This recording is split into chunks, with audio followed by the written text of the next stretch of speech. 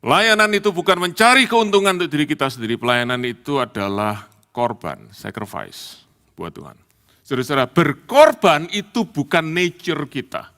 Nature kita itu pada dasarnya selfish, egois. Ada raja di atas segala raja yang tidak pakai mental konsumen, tapi pakai mental pelayan. Itu Tuhan Yesus. Hari yang Tuhan jadikan, dan khususnya hari ini di mana kami kembali boleh bersama-sama berhimpun dalam kasih dan kemurahan-Mu. Dan terima kasih, kami percaya Engkau memberkati kami semua yang hadir hari ini. Karena hati kami yang mencari Engkau, lapar dan haus akan kebenaran firman-Mu. Dan kami merindukan untuk kami boleh berjumpa dengan Engkau lewat firman-Mu hari ini. Dan Tuhan, biar hari ini Engkau boleh berbicara kepada kami, berikan firman-Mu yang boleh menjadi bagian yang terbaik, boleh kami terima hari ini, yang pernah diambil dari dalam kehidupan kami. Kami tahu hari ini kami sudah diberkati. Semua kami di tempat ini, karena kebaikan, kemurahan, dan kasih kami semua. Di dalam nama Tuhan Yesus kami berdoa, kami terima firman Tuhan bersama-sama. Amin. Puji Tuhan, silakan duduk saudara-saudara. Puji Tuhan, kita sama-sama buka di dalam kitab Roma pasal yang ke-12. Kita akan baca dari ayat yang pertama sampai ke-8. Dan hari ini, saudara, minggu yang terakhir bulan Agustus ini, ya, kita akan kembali belajar tentang apa itu melayani. Dan hari ini saya berikan tema dari firman Tuhan, kita bisa pelajari sama-sama, reasonable service, okay? Reasonable service, atau boleh juga pakai istilah logical service, ya, pelayanan yang reasonable. Saudara, kalau ini terjemahkan memang tidak mudah, karena dikatakan pelayanan yang berlogika, saudaraku, nanti orang bisa salah mengerti. Oke, tetapi saudara, yang saya bagikan baru saudara semua adalah hari ini, adalah demikian. Bahwa melayani Tuhan itu adalah sesuatu yang sangat logis, sesuatu yang sangat normal di dalam kehidupan kita sebagai orang Kristen. Mari kita baca sama-sama. Di dalam Roma 12 ayat 1-8, saudara yang sudah ada Alkitab, kita baca bersama-sama. Karena itu saudara-saudara, demi kemurahan Allah, aku menasihatkan kamu, supaya kamu mempersembahkan tubuhmu sebagai persembahan yang hidup, yang kudus, dan yang berkenan kepada Allah. Itu adalah ibadahmu yang sejati. Janganlah kamu jadi serupa dengan dunia ini, tetapi berubahlah oleh pembaharuan budimu, sehingga kamu dapat membedakan manakah kehendak Allah, apa yang baik, yang berkenan kepada Allah, dan yang sempurna. Ayat 3. Berdasarkan kasih karunia yang dianugerahkan kepadaku, aku berkata kepada setiap orang di antara kamu, janganlah kamu memikirkan hal-hal yang lebih tinggi daripada yang patut kamu pikirkan, tetapi hendaklah kamu berpikir begitu rupa sehingga kamu menguasai diri menurut ukuran iman yang dikaruniakan Allah kepada kamu masing-masing. Ayat 4, sebab sama seperti pada satu tubuh kita mempunyai banyak anggota, tetapi tidak semua anggota itu mempunyai tugas yang sama. Demikian juga kita, walaupun banyak adalah satu tubuh dalam Kristus, tetapi kita masing-masing adalah anggota yang seorang terhadap yang lain. Demikianlah kita mempunyai karunia yang berlain-lainan menurut kasih karunia yang dianugerahkan kepada kita. Dibaca sama-sama. Jika karunia itu adalah untuk bernubuat, baiklah kita melakukannya sesuai dengan iman kita. Jika karunia untuk melayani, baiklah kita melayani. Jika karunia untuk mengajar, baiklah kita mengajar. Jika karunia untuk menasihati, baiklah kita menasihati. Siapa yang membagi-bagikan sesuatu, hendaklah ia melakukannya dengan hati yang ikhlas. Siapa yang memberi pimpinan, hendaklah ia melakukannya dengan rajin. Siapa yang menunjukkan kemurahan, hendaklah ia melakukannya dengan sukacita. Demikian firman Tuhan. Saudara, saya ingin mulai dengan kita merenungkan, ya, ayat yang pertama. Paulus berkata, demi kemurahan Allah, aku menasihatkan kamu supaya kamu mempersembahkan tubuhmu sebagai persembahan yang hidup, yang kudus, yang berkenan kepada Allah. Itu adalah ibadahmu yang sejati. Saya memakai bahasa Inggris dari New King James Version, saudara-saudara, karena saya sudah lihat ini adalah terjemahan yang dari bahasa aslinya ini yang tepat. Oke? Nah, saya ingin mulai, saudaraku, dengan kalimat yang tengah. Dikatakan mempersembahkan tubuh kita sebagai persembahan yang hidup. Saudara-saudara, tentu kita sudah sering nyanyi lagu itu ya, Bapa ku persembahkan tubuhku ya sebagai persembahan yang hidup. Nah, tetapi saudara-saudara kita mesti mengerti apa artinya persembahan yang hidup itu. Persembahan, saudara-saudara, kalau bahasa Inggrisnya itu kita sering sebut offering, tetapi dalam ayat ini pakai kata sacrifice. Sacrifice itu artinya korban. Korban itu artinya saudara-saudara sakit, nggak enak. Ya, saudara-saudara kalau saudara memberi, ya ada orang miskin, saudara memberi itu namanya sedekah, oke? Artinya saudara memberi dari yang lebih daripada saudara, ya. Saudara tidak rasa sakit, ya, oke? Tapi kalau berkorban, saudara harus mengambil apa yang seharusnya untuk saudara yang saudara inginkan, yang saudara sayangi, saudara berikan pada orang lain. Dan firman Tuhan berkata, kalau engkau yang Allah minta adalah kita itu memberikan tubuh kita sebagai korban, sacrifice. Sacrifice. Dan saudara-saudara, apa artinya sacrifice? Artinya begini, sesuatu yang kita mau pakai untuk diri kita sendiri, kita tidak lagi pakai untuk diri kita berikan kepada orang lain. Itu baru namanya sacrifice. Jadi saudaraku ada rasa pain, ya. Saya tidak suka pakai kata hurt, tapi pain, ya. Dan saudara-saudara itu sacrifice. Ya. Dan terus saudara, Tuhan minta kita memberikan living sacrifice. Artinya sacrifice kita itu, saudara kalau bicara tentang sacrifice di perjanjian lama, saudara-saudara, itu banyak bicara soal binatang, saudaraku yang disembelih, jadi mati binatangnya. Oke? Lalu dia dipersembahkan jadi korban bakaran. Tapi Tuhan minta kita bukan jadi dead sacrifice. Kita menjadi living sacrifice. Artinya kita tetap hidup, tetapi hidup kita tidak pakai untuk diri kita sendiri, tapi kita berikan untuk Tuhan. Oke? Itu. Jadi saudara itu yang Paulus katakan, I urge you, aku mendesak kamu, aku minta. Saudaraku kata urge ini ya, kata urge ini, sudah tahu, lalu muncul kata urgent. Ya, urgent. Artinya benar-benar sesuatu yang mendesak. Bukan hanya sekedar himbauan, tapi satu desakan. Bahwa kita memberikan hidup kita sebagai persembahan, korban yang hidup. Nah, kalau kita bicara bagaimana saya memberikan korban yang hidup, saudaraku, aplikasinya bagaimana? Masih ada di ayat itu. Di kata yang terakhir, yaitu apa? Service, pelayanan. Ya, jadi saudara-saudara, melayani Tuhan itu bukan penyaluran hobi. Melayani Tuhan itu bukan karena saya senang, lalu saya lakukan ini. Melayani Tuhan itu adalah berkorban. Artinya, kita memakai sesuatu yang tadinya, kita mau saudaraku nikmati diri kita sendiri, sekarang kita berikan kepada Tuhan. Saudara-saudara, pelayanan sekali lagi bukan penyaluran hobi, juga bukan saudaraku mengejar karir, juga bukan saudaraku mengejar ambisi, juga bukan saudaraku untuk menaikkan citra diri, reputasi, pamor, dan lain-lain. Pelayanan itu bukan mencari keuntungan untuk diri kita sendiri, pelayanan itu adalah korban, sacrifice buat Tuhan. Oke? Itu. Nah, lalu Paulus berkata, kenapa? Apa yang mendorong kita untuk melakukan itu? Saudara-saudara dengar baik-baik. Kalau kita itu melakukan sesuatu yang kita pada dasarnya sukai, saudara-saudara, maka kita tidak perlu namanya motivasi. Siapa saudara perlu dimotivasi untuk makan? Tidak perlu ya, kecuali saudara sakit. Oke, ayo paksa makan ya.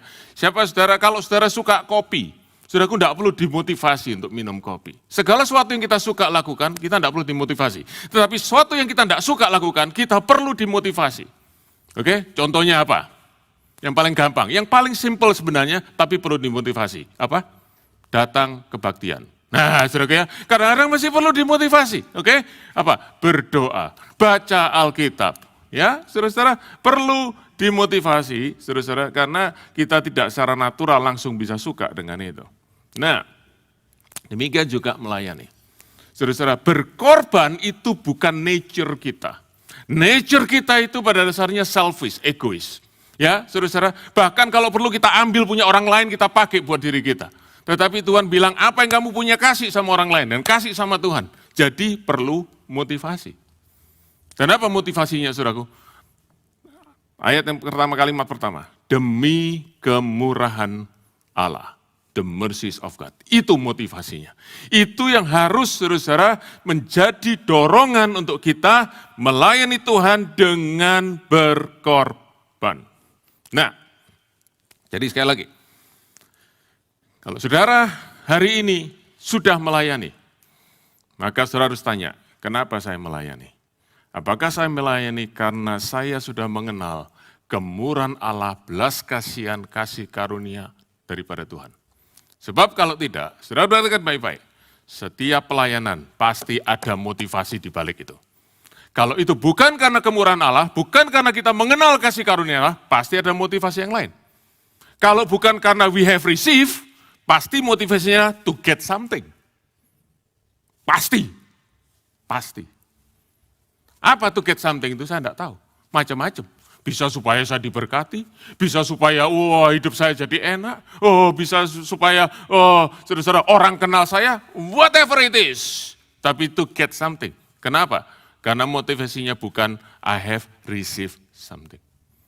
Dan karena itu Paulus berkata, pelayanan kita adalah dimulai karena kita sudah mendapatkan kasih karunia Allah. Mercies of God. Nah, mercies of God apa yang Paulus masukkan di sini?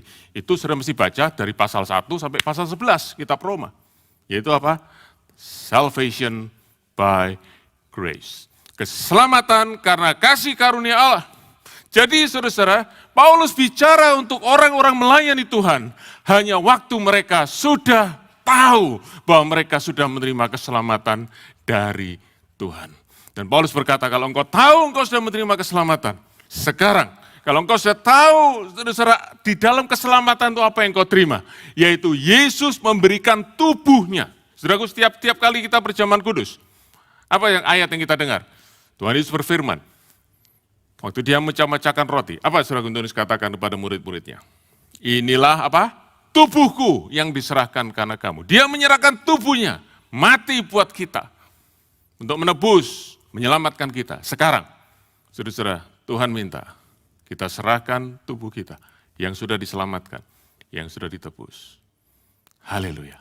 Nah, jadi, saudara-saudara, sekali lagi, pandangan kita tentang keselamatan, itu akan menentukan pandangan kita tentang pelayanan.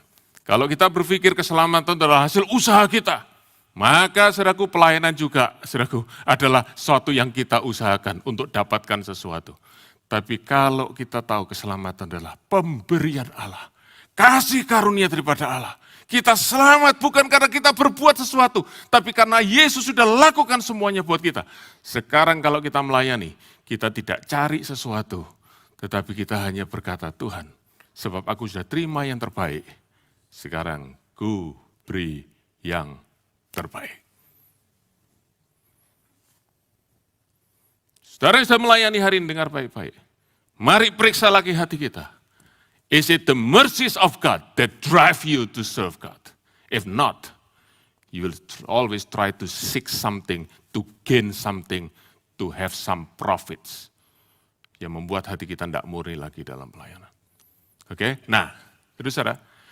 Jadi kita bisa lihat, Paulus berkata, kalau engkau sudah terima kemurahan Allah, engkau sudah tahu Yesus memberikan tubuhnya jadi korban buat kamu. Maka sekarang kamu berikan tubuhmu untuk Tuhan dengan jalan melayani. Oke? Sudah jelas ya itu ya? Karena itu Paulus katakan, itu semua adalah sesuatu yang reasonable. Bahasa Yunaninya logiken. Sudah tahu jadi apa? Logical. Jadi sesuatu yang logis. Pantas, normal, masuk akal. Tidak berlebihan. Kalau kita itu melayani Tuhan, karena kita sudah terima keselamatan daripada Tuhan. Nah, saya ingin kasih kepada saudara 2 ayat, saudaraku yang menunjukkan bahwa kalau kita mengerti benar-benar arti keselamatan, oke? Kalau kita bukannya berkata keselamatan dosa saya diampuni sama surga, tapi kita mengerti benar-benar keselamatan, maka kita bisa melihat melayani Tuhan adalah sesuatu yang logis. Oke, kita baca. 1 Korintus pasal 6, ayat yang ke-19 dan 20. 1 Korintus 6 ayat 19-20. Atau tidak tahukah kamu bahwa tubuhmu adalah bait Roh Kudus yang diam di dalam kamu? Roh Kudus yang kamu peroleh dari Allah. Dan bahwa, mari baca sama-sama, kamu bukan milik kamu sendiri. Ayat 20. Sebab Sebab kamu telah dibeli dan harganya telah lunas dibayar. Jadi kalau sudah dibeli bukan milik kita lagi. Ya, tubuh kita bukan milik kita lagi. Tapi sudah dibeli oleh Tuhan dengan darah Yesus. Karena itu dikatakan apa? Muliakanlah Allah dengan tubuhmu, spesifik tubuhmu. Tidak dengan hidupmu, dengan jiwamu, enggak, dengan tubuhmu. Oke? Logis.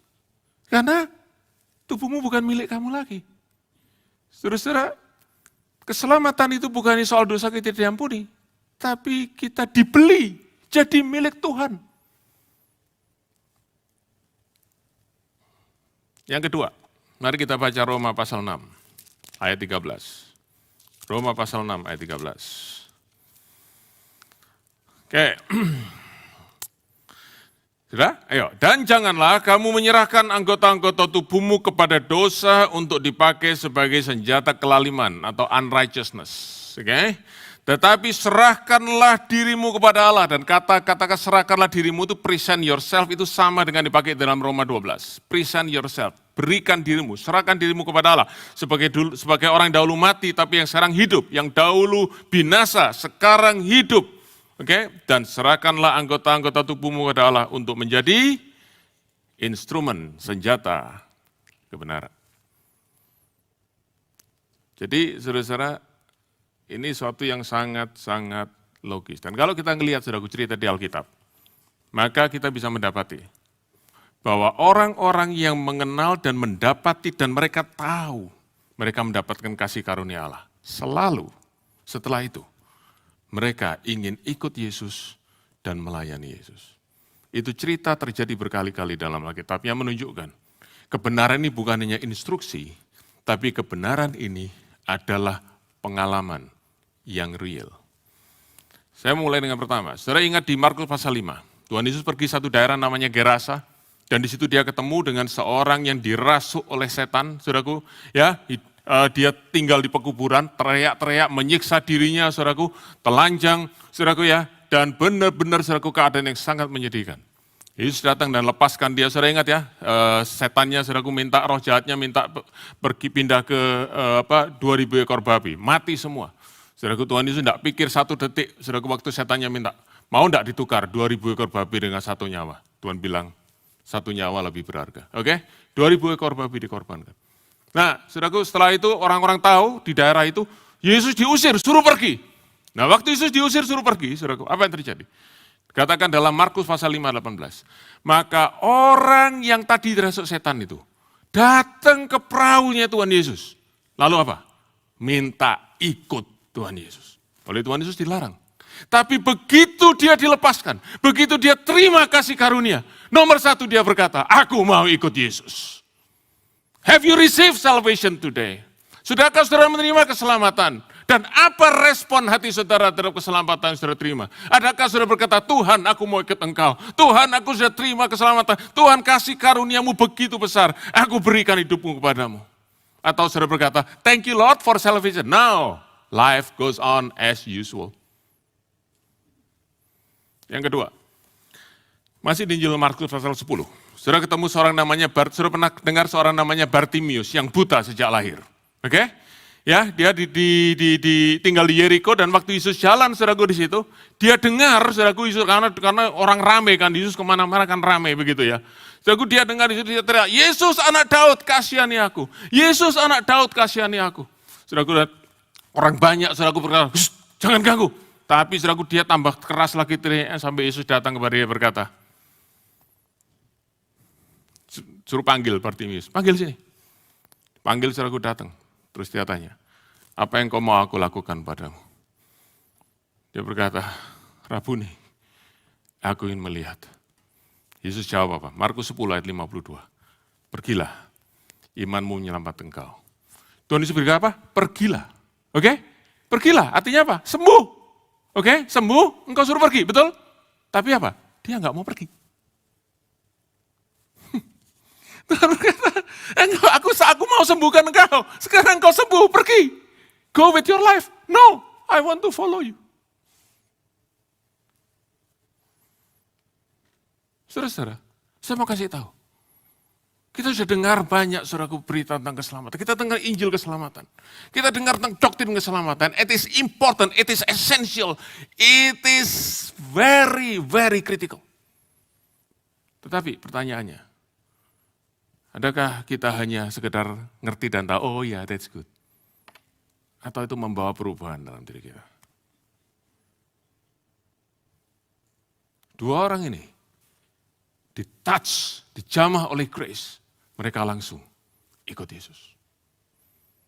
Satu lagi, Rasul Paulus. Nah, mari kita baca apa yang dia katakan. 1 Korintus pasal 15 ayat 10.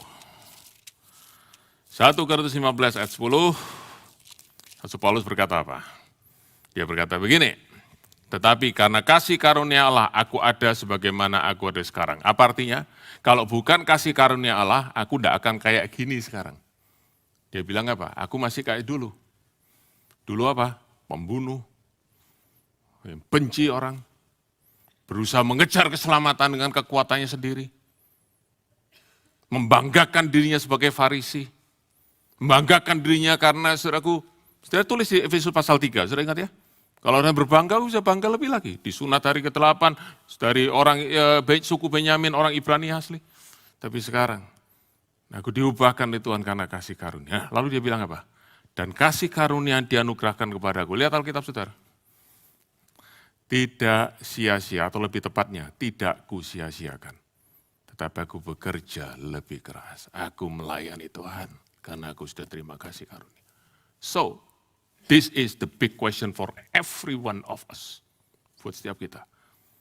Saudara sudah tidak tahu berapa lama saudara sudah ke gereja. Saya tidak tahu. Dan saya tidak perlu tahu. Yang saya ingin tahu cuma satu. Sudahkah engkau mengalami kasih karunia Allah yang membawa keselamatan dalam hidupmu? Dan kalau sudah, kalau saudara berkata, sudah, periksa, adakah respons terhadap kasih karunia itu dalam dirimu? Sebab kalau tidak, saudaraku, saya khawatir, you only know in your head, but you never experience in your heart. Nah, jadi saudaraku, kalau kita lihat semua ini, kita tahu satu hal. To present our bodies for serving God is perfectly reasonable. If we know that we have received the mercies of God that save us. Clear? Melayani Tuhan itu logis, reasonable, tidak berlebihan. Bukan sesuatu yang istimewa, sampai harus diajak-ajak, sampai harus didorong-dorong. No, no, no, no. Dan karena itu, saudara-saudara, karena itu, saya ingin sampaikan. Berapa banyak saudara punya anak? Punya anak, oke, right, oke. Saudara punya anak ya? Anak saudara sekolah kan? Atau lebih tepatnya disekolahkan, betul ya? Oke, disekolahkan berarti kalau namanya anak sekolah harus apa? Belajar, betul? Nah, saya mau tanya, kalau anak-anak lagi sekolah, dia belajar, itu normal atau spesial? Normal, oke? Normal, oke? Ada enggak bapak-bapak semua yang sampai harus, ayo, kamu kalau belajar 1 jam tak kasih $5, ada enggak? Mungkin ada, tapi tak kasih tahu, itu tidak normal, itu tidak reasonable. Namanya anak sekolah, belajar itu reasonable, itu logical. Oke, saudara-saudara, orang Kristen, orang yang sudah terima Tuhan Yesus, katanya sudah selamat,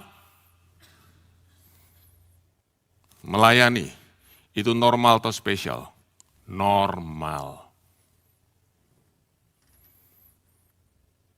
Dan kalau gereja berkata, saudara-saudara, saudara kita mari layani Tuhan, saudara melayani Tuhan, nanti Tuhan akan berkati, nanti Tuhan akan lihat hidup saudara, oh Tuhan angkat saudara. Atau saudaraku, kalau saudara tidak melayani Tuhan, lihat, nanti apa yang terjadi saudaraku? Itu namanya pakai carrot and stick, itu namanya tidak reasonable. Churches should not use carrot and stick to motivate people to serve. Instead they have used gospel, seperti Paulus beritakan Injil. Dan setelah dia beritakan Injil, dia berkata, saudara-saudara, kau sudah alami Injil dalam hidupmu? Kalau sudah, ya logisnya. Kalau kita pakai bahasa kita sehari-hari apa? Ya cenglinya. Sudah ngerti kata cengli? Ya cenglinya melayani dong. Simple as that. Oke? Nah, saudara-saudara, jadi begini. Saudara, ada satu persoalan kita hadapi, yaitu apa? Kita sudah terlalu lama hidup di bawah normal.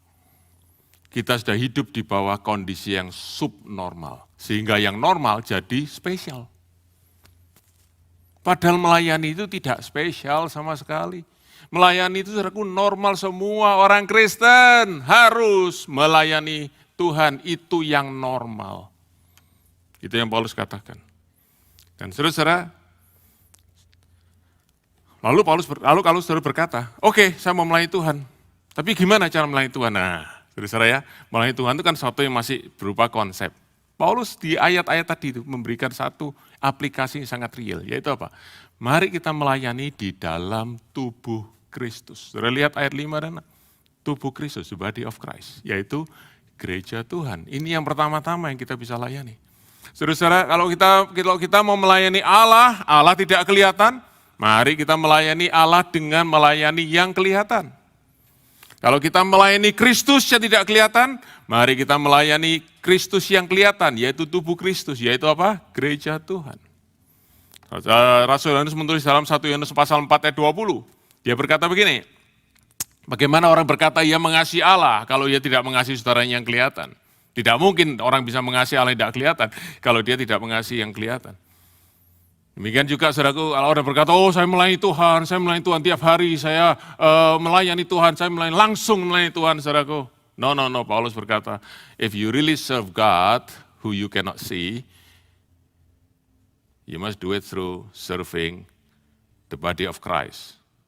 Nah, karena itu, saudara-saudara, lalu Paulus menulis dalam ayat 45, dia berkata begini, jadi kita ini adalah di dalam Kristus, kita ini walaupun banyak, tetapi satu tubuh, satu bagian. Oke? Dan lalu Paulus memberikan ilustrasi. Ilustrasi begini, lihat ya, badanmu itu kan banyak anggotanya. Oke? Ada jari tangan, jari kaki, lengan, ya, saudaraku ya, leher, ya. Perlu saya sebutkan lagi, saudaraku? Tapi kalau bahasa saya jadi overtime, enggak perlu ya, oke, right. Jadi saudara tahu sendiri ya, ada anggota. Lalu anggotanya banyak, lalu berkata gini, perhatikan, tiga hal ya. Tubuhnya satu, anggotanya banyak, dan fungsinya berlainan, oke? Ingat ya, 3 poin ya. Tubuhnya satu, anggotanya banyak, fungsinya berlainan. Nah, demikian juga Paulus berkata, tubuh Kristus juga begitu. Tubuhnya satu, anggotanya banyak, kita semua, dan fungsi kita berlainan. Simple as that. Dan disitulah, saudaraku, perhatikan ada kata function, dan function itu, fungsi itulah, saudaraku, yang menjadi tempat di mana saudara dan saya melayani. Jadi, saudara-saudara, jadi dikatakan begini, perhatikan ya, saudara, kita semua adalah bagian tubuh Kristus. We, ya, saudara lihat ayat yang keempat, bagian terakhir. Each of us.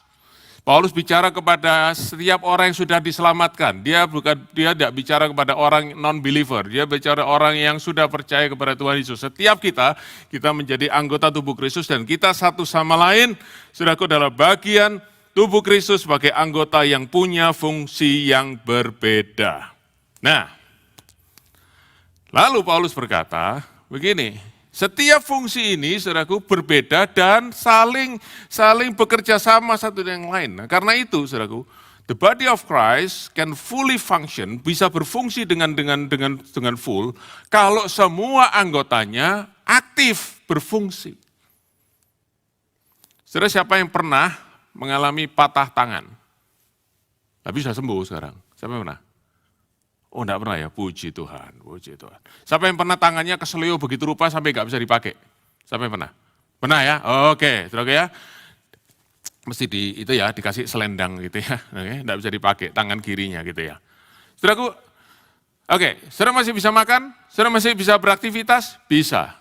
Kenapa? Saudara masih punya tangan kanan. Tapi apa akibatnya? Tangan kanan saudara bekerja lebih keras daripada biasanya, betul? Betul?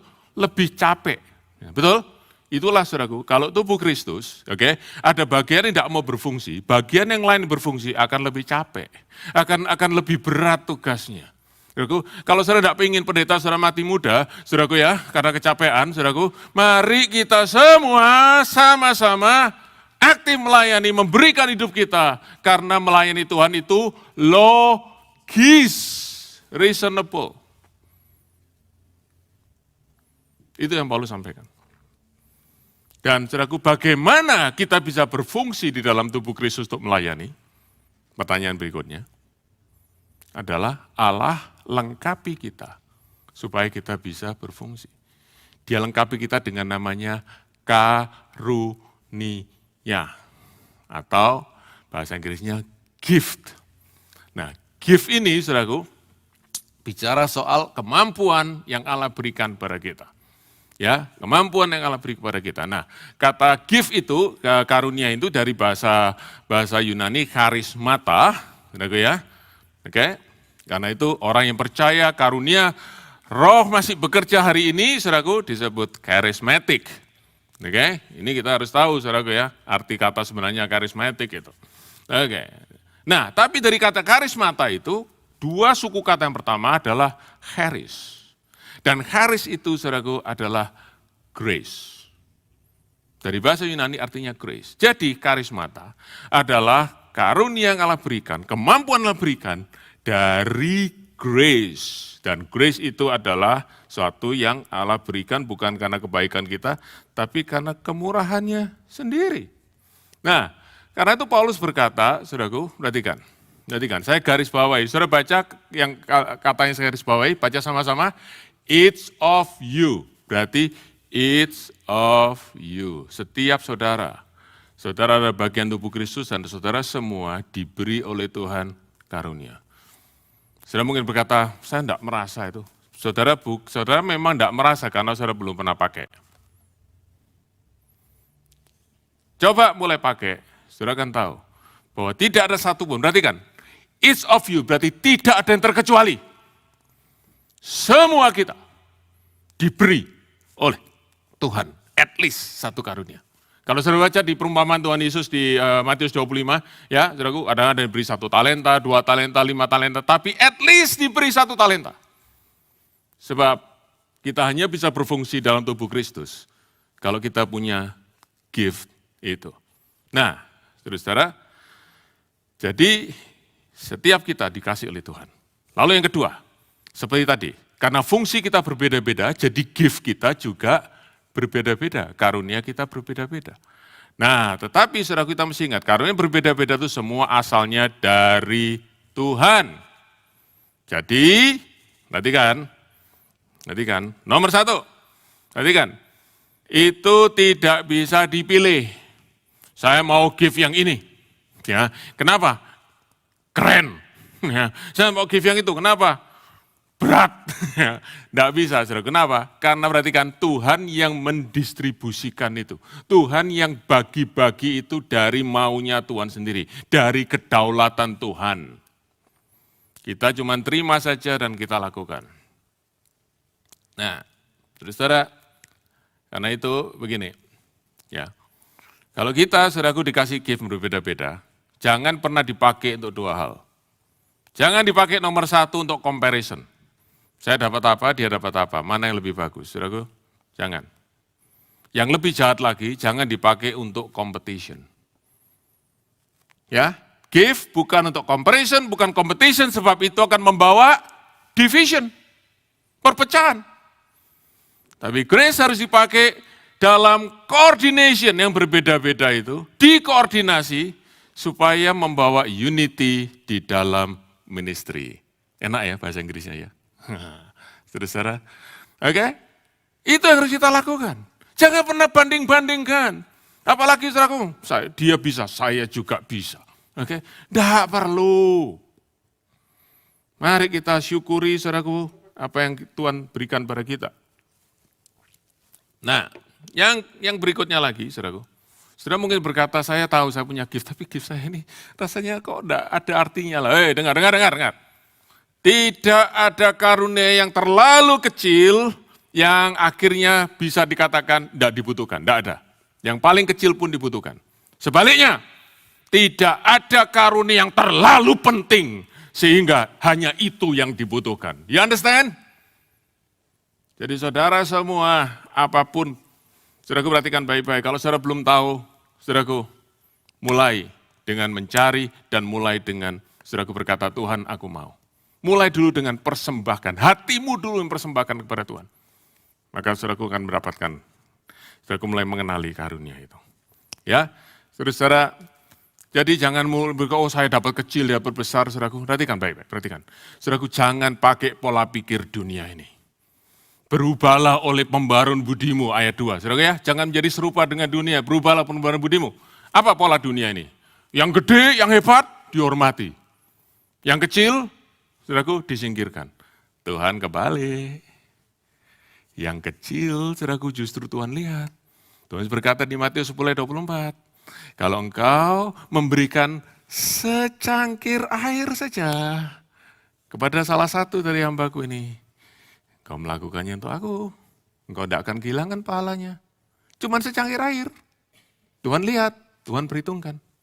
Sebaliknya, pelayanan gede-gede, Tuhan aku sudah bernubuat demi namamu, aku sudah ngusir setan demi namamu, aku sudah melakukan mujizat demi namamu. Tuhan berkata, enyahlah engkau daripada aku. Jangan pakai pikir pola dunia ini. Jangan pakai pola pikir dunia ini. Jangan saudaraku berkata, aku mau jadi hebat. No, pelayanan bukan untuk membuat diri kita hebat. Pelayanan hanya kita meresponi kasih karunia Allah yang begitu besar buat kita. Haleluya.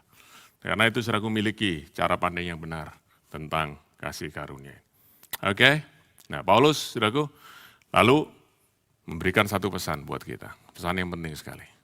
Untuk kita punya perspektif yang benar tentang gift ini. Di ayat yang ketiga. Saudara lihat Roma 12 ayat yang ketiga. Dia berkata begini, demi kasih karunia yang anugerahkan Allah kepadaku, aku berkata kepadamu, janganlah kamu memikirkan dirimu lebih tinggi daripada yang seharusnya. Saudara, kenapa kok Paulus tiba-tiba ngomong ini? Perhatikan, kita harus baca dalam konteks. Dia ngomong dalam konteks gift. Ayat ini, saudaraku, memang kita bisa berkata, saudara-saudara, jangan sombong ya, kita rendah, betul. Tapi ini konteksnya adalah gift, spiritual gift yang Allah kasih. Kenapa? Ada beberapa hal yang saya sampaikan. Nomor satu, Paulus ingin berkata kepada kita, kalau engkau dapat gift itu dan engkau dapat kemampuan itu, ingat, itu bukan hasil engkau latihan. Itu bukan hasil engkau mengembangkan diri, itu adalah pemberian Allah. Jadi jangan sombong. Jangan kau pikir engkau hebat, engkau tidak bisa apa-apa. Itu Tuhan yang membuat engkau seperti itu. Itu, saudaraku ya. Jadi jangan kau pakai gift itu sebagai identitasmu. Apalagi kalau gift itu memang kelihatan spektakuler, kelihatan hebat di mata manusia. Jangan kau pikir karena aku punya gift yang hebat, jadi aku ini orang hebat. Jangan pakai gift untuk membawa identitas di dalam dirimu. Dan saudaraku perhatikan, satu lagi. Jangan kita berpikir bahwa gift itu menunjukkan spiritual gift. Listen to me. Spiritual gift does not prove your spirituality.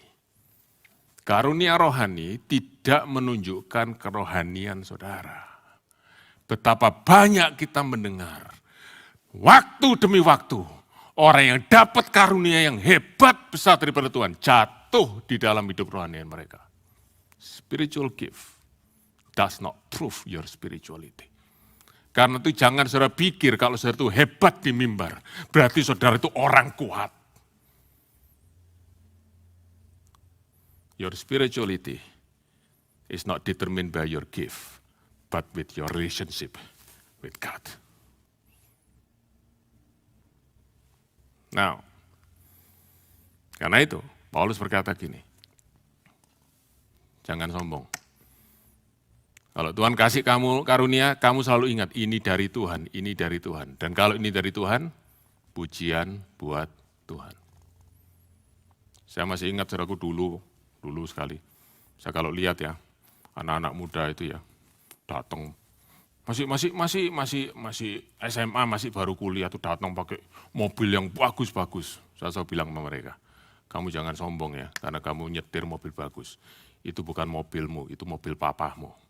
Kalau kamu sendiri cuma bisa mobil-mobilan. Jangan sombong. Demikian juga saudaraku, kita.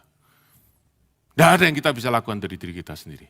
Karena karunia itu semua datang daripada Tuhan. Haleluya. Bagian terakhir. Sudah senang dengar kata bagian terakhir? Oke. Dan seperti biasa, bagian terakhir adalah bagian yang paling panjang. Oke, nah, saudaraku, begini. Saudara lihat dari ayat 6 sampai ayat 8, maka saudara akan dapatin satu yang menarik. Saudara baca lagi ya. Paulus bilang gini, jika karunia untuk bernubuat, baiklah kita melakukannya dengan iman. Jika karunia untuk melayani, baiklah kita melayani. Jika karunia mengajar, baiklah kita mengajar. Bosan enggak? Bosan lah. Paulus ya jelas lah. Jika karuniamu mengajar, biarlah engkau menyanyi. Kan ya enggak gitu. Nah Paulus berkata, justru itu aku mau kasih tahu sama kamu, sebab banyak yang seperti itu.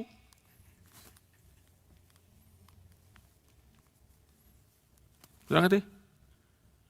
Paulus itu berkata kita tuh setia dengan karunia yang Tuhan kasih kepada kita. Paulus tahu bahwa kita ini punya kecenderungan. Oh karunia saya ini gak ada artinya, orang gak lihat saya mau lakukan seperti orang yang punya karunia itu. Dua kesalahan yang dilakukan akhirnya. Nomor satu, tidak setia dengan karunia yang Tuhan kasih sama dia dan mencoba-coba karunia orang lain. Saudara-saudara kalau saya lihat tim praise worship sini ya, nyanyi, suaranya bagus, saudaraku ya.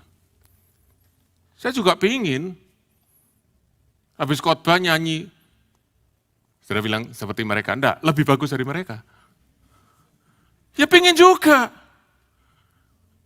Tapi saya berkata, Tuhan, Engkau enggak kasih saya itu. Saya enggak perlu. Sudah ada orang lain yang bisa bantu saya nyanyi. Yang bagus ya. Oke. Loh, sudah dipuji ya, tolong jangan kecewakan. Oke. Saya tidak perlu. Demikian juga saudaraku. Kalau saya dapat karunia, ya, yang penting saudara bisa belajar sendiri. Setia dengan itu. Jangan maksa, karena wah keren ya dia seperti itu, aku mau jadi seperti dia. Ojo. Kita bisa berdosa kepada Tuhan. Karena kita mengabaikan. Tuhan aku tidak mau ini. Aku mau lakukan yang itu. Walaupun tidak kasih. Aku akan berusaha dengan kekuatanku sendiri. Nah itu yang terjadi. Right? Nah saudara-saudara. Saya mau cerita ya. Cepat-cepat aja ya. Cepat-cepat aja. Mudah-mudahan waktu yang cukup. Saya usahakan cukup. Saya mau cerita. Ada satu raja namanya Uzia. Mari kita buka 2 Tawarik 26. Raja Uzia. Ya. Raja Uzia ini, saudaraku, mulai ayat yang ketiga sampai ayat 21. Ini cerita yang tragis, betul-betul tragis. Tragis sekali. Jadi Raja Uzia ini, saudaraku, mulai memerintah umur 16 tahun. Masih muda sekali, saudaraku. Tapi karena dia itu ada mentor rohaninya namanya Imam Sakaria. Jadi dia itu punya pembimbing rohani yang buat dia itu bisa hidup takut akan Tuhan. Kalau saudara baca, saudaraku ya, dari ayat yang kelima dikatakan selama ia mencari Tuhan. Oke, ayat yang kelima. Ia mencari Allah selama hidup Sakaria yang mengajarnya supaya takut akan Allah. Dan selama ia mencari Tuhan, Allah membuat segala usahanya berhasil. Usahanya apa? Sebagai raja. Karena Tuhan memang pilih dia sebagai raja. Kalau saudara baca dari ayat 6, saudaraku, sampai ayat yang ke-15, saudara akan menemukan prestasi daripada Uzia itu luar biasa. Saya tidak ada waktu untuk baca itu. Saudara baca sendiri. Luar biasa, teknologi, strategi, manajemen, organisasi, hebat orang ini. Kenapa? Karena dia memang dikasih gift seorang raja. Ayat 15 klimaksnya, saudaraku, dikatakan nama raja itu termasyur ke negeri-negeri yang jauh. Karena ditolong dengan ajaib sehingga menjadi kuat. Ayat 16. Setelah ia menjadi kuat, ia menjadi tinggi hati. Ia melakukan hal yang merusak. Hal yang merusak itu apa? Dia berzina? Tidak. Dia nyembah berhala? Tidak. Dia bunuh orang? Tidak. Apa saudaraku? Apa? Dia masuk bait Tuhan dan bakar ukupan di atas mezbah. Dia menjalankan tugas imam. Dia raja. Tapi dia berkata, kalau aku ini bisa jadi raja, jadi imam opo angele toh? Sudah ngerti bahasa saya? Kalau enggak, lihat di subtitle. Oke. Jadi raja bisa. Jadi imam kenapa enggak bisa? Membawa ukupan. Hei, dia sudah keluar dari gift yang Tuhan kasih sama dia. Imam tegur dia, kamu enggak boleh, kamu itu raja. Lakukan setia dengan tugasmu sebagai raja. Dia ngamuk, saudaraku, waktu dia ngamuk. Dia kena sakit kusta. Dia dibuang dari raja jadi orang sakit kusta. Dari top jadi bottom. Hanya karena satu. Dia mau coba pakai karunia orang lain. You got it? Jadi, saudara-saudara, kita jangan coba untuk itu. Setia. Karena yang Tuhan lihat, bukan hasil yang Tuhan lihat adalah kita setia dengan apa yang Tuhan percayakan pada kita. Yang terakhir, saudara-saudara, saya ingin kembali untuk minta saudara semua, untuk kita boleh melayani di dalam tubuh Kristus. Sebagai orang yang sudah diselamatkan. Saudara-saudara, saya mau kasih tahu pada saudara-saudara, hari-hari ini, salah satu yang merasuk di dalam gereja, orang Kristen adalah namanya consumer mentality. Mental konsumen. Saya datang minta dilayani, saya datang minta di-entertain, saya datang minta semuanya baik. Dan kalau saya enggak suka, kalau ini masakannya enggak enak, saya pindah restoran lain. Itu namanya mental konsumen. Dan saudara tahu, mental konsumen, saudaraku, kita sering dengar slogan itu, consumer is king, konsumen itu raja. Tapi saya beritahu kepada saudaraku, ada raja di atas segala raja, yang tidak pakai mental konsumen, tapi pakai mental pelayan. Itu Tuhan Yesus. Dia raja segala raja. Dan dia berkata, anak manusia datang bukan untuk dilayani, tapi untuk melayani. Untuk kasih hidup. Itu raja di atas segala raja. Kalau saya berdoa, supaya saudara dapat pewahyuan ini, saudara bisa berkata, siapa aku ini Tuhan? Sampai engkau yang raja mau datang melayani aku. Dan kalau engkau mau melayani aku seperti itu, merendahkan dirimu, tidak berlebihan sama sekali, kalau aku sekarang melayani engkau. Saya ingin tutup dengan ini. As Christ has given his body as sacrifice for us. Karena Yesus sudah memberikan tubuhnya jadi korban buat kita. Let us give our bodies, mari berikan tubuh kita sebagai persembahan yang hidup. Untuk dia dengan melayani sebagai tubuh Kristus. Gereja Tuhan. Saudara semua adalah anggota tubuh Kristus. Tuhan kasih kepada saudara semua gift. Saudara semua bisa berfungsi. Mari kita semua berfungsi. Supaya gereja ini lebih lagi bisa bergerak. Gereja ini lebih lagi bisa berfungsi. Jadi berkat buat kota Melbourne. Haleluya. God bless you all. Selamat melayani.